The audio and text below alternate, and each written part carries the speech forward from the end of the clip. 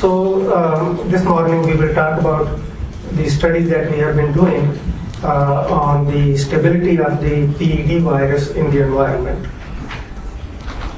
So we started this study with 4 different aims: to study the survival in fresh feces, study the survival in slurry, in drinking water and recycled water, and to study survival in feed.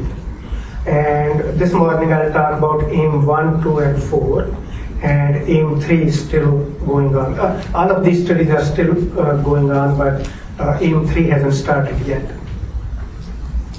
So to talk about methods, what is the source of the virus? What we did was we took a field case of PED, and Albert Rovira inoculated them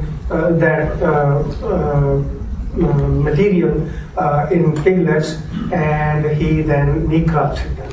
We obtained the intestinal sections from him, and we scraped the mucosa of those pigs and homogenized them, centrifuged it, and then we stored it at -80 until further use.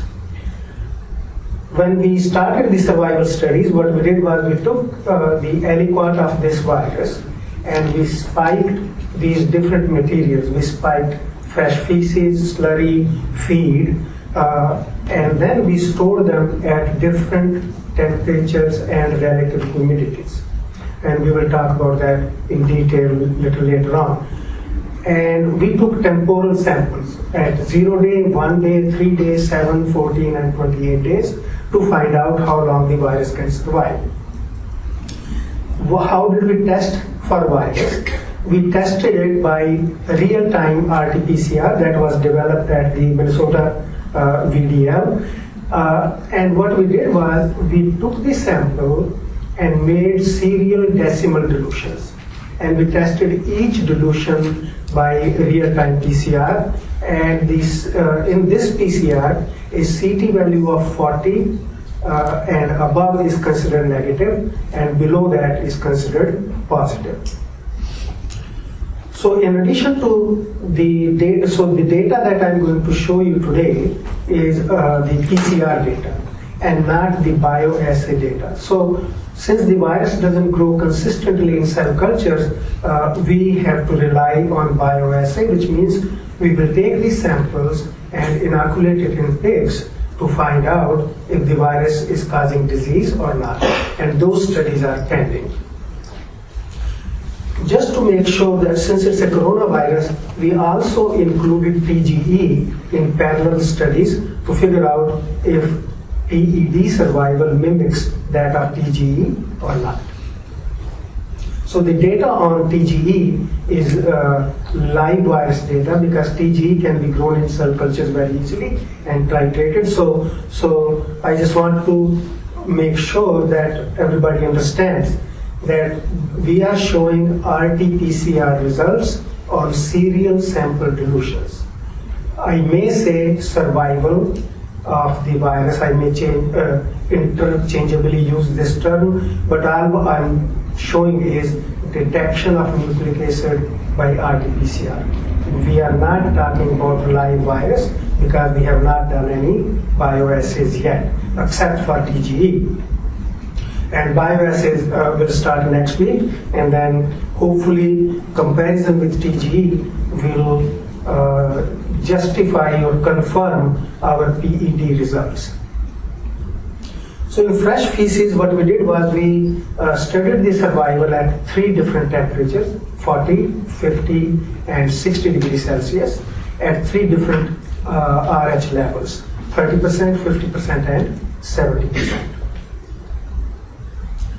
So this is the first chart showing you the survival of the virus in fresh feces at 40 degrees Celsius and 30% relative humidity.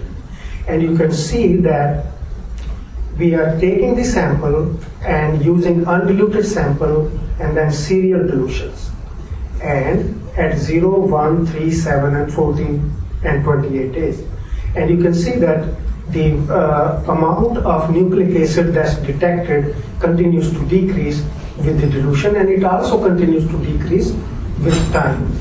So if we are to say, so this is negative, as I said, CT value of 40 and above is negative. So it seems that based on this RT-PCR result, that the virus can survive in fresh feces at 40 degrees at 30% relative humidity for about 7 days.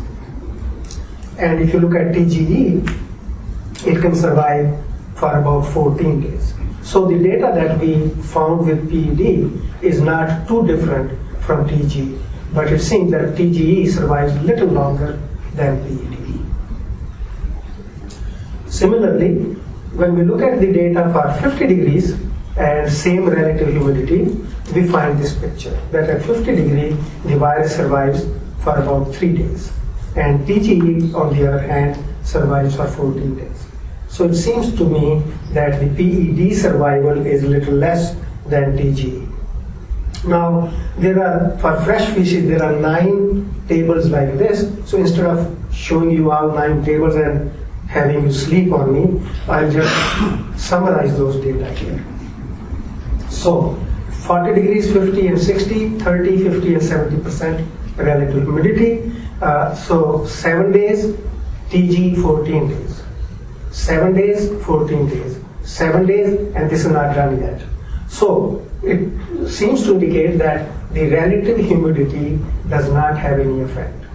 But temperature does, which is not surprising because temperature is the single most important factor that can kill viruses. And so at 50 degrees, you can see the virus survives 3 days.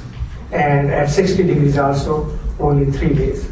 And the TG results are not available yet. So that's the picture in fresh feces. When we did similar study in slurry, what did we find?